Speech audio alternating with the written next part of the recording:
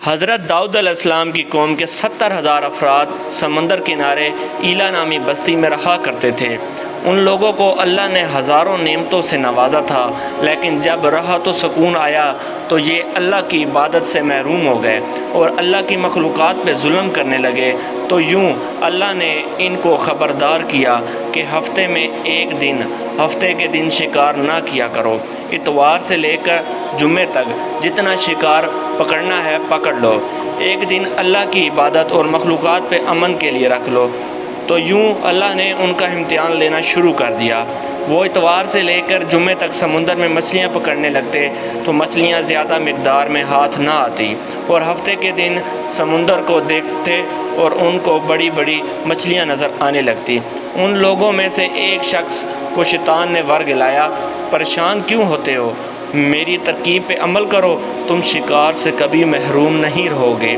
تو بس شیطان کے کہنے پہ اس شخص نے ہفتے کے دن کانٹا لگا کے ڈوری کو سمندر میں ڈال دیا تاکہ مچھلی پھنسے، اور شیطان نے کہا اس مچھلی کو تم اتوار کے دن نکالنا، اور یوں ہفتے کی حرمت بھی باقی رہے گی اور تمہارا شکار بھی ہو جائے گا۔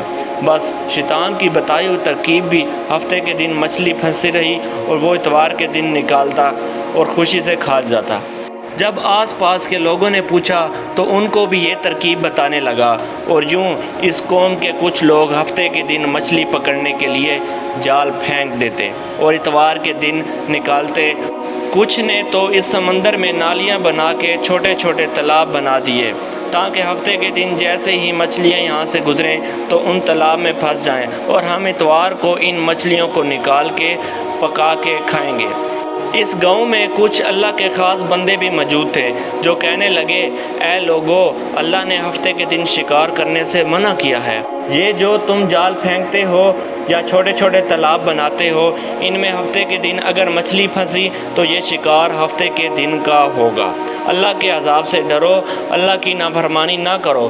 وہ لوگ ان لوگوں کا مذاق اڑانے لگے کہ ہماری جو مرضی ہوگی ہم وہ کریں گے۔ اب اس بستی میں 3 گروہ وہ بن گئے۔ ایک دن 70,000 میں وہ لوگ تھے جو نافرمان لوگوں کی بار بار اصلاح کرتے تھے، دوسرے وہ جو لوگوں سے نفرت کرتے تھے اور خاموشی اختیار کیے ہوئے تھے، اور تیسرے وہ جو گمراہ ہو کر اللہ کی نافرمانی کر رہے تھے۔ تو یوں نیک بندوں نے اس بستی کے بیچ میں دیوار کو کھڑا کر دیا اور یہ حکم نافذ کیا کہ اللہ کی نافرمانی کرنے والے اس طرف ہو جائیں اور ہم جو اللہ کے فرما بردار ہیں وہ اس طرف رہیں گے۔ وہ سالے لوگ بار بار ان سے کہتے رہے، اے لوگو، اللہ سے ڈرو، قوم سمود، قوم لوط کا جو حشر ہوا اس کو یاد کرو، اللہ کی نافرمانی نہ کرو ورنہ تم پہ بھی کوئی عذاب آئے گا۔ وہ سارے نافرمان جن کی تعداد تقریباً 12,000 تھی، سب ہنستے رہے، یہ تو سب کتابی باتیں ہیں، ہم پہ کوئی عذاب نہیں آئے گا۔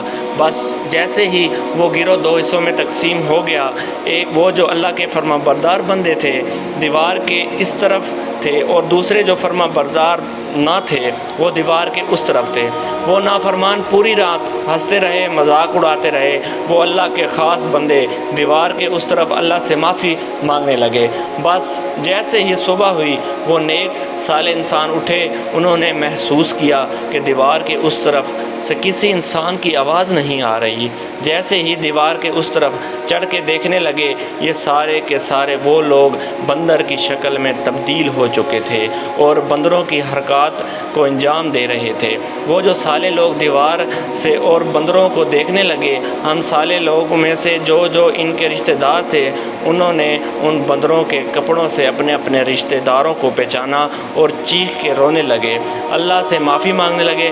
لیکن اللہ کا عذاب جب آتا ہے تو وہ ہو کر رہتا ہے۔ وہ 12,000 لوگ جو بندر بن چکے تھے کچھ بھی کھا نہیں سکتے تھے، اور یوں 3 دن بعد وہ اس عذاب میں آ کر فنار ہو گئے۔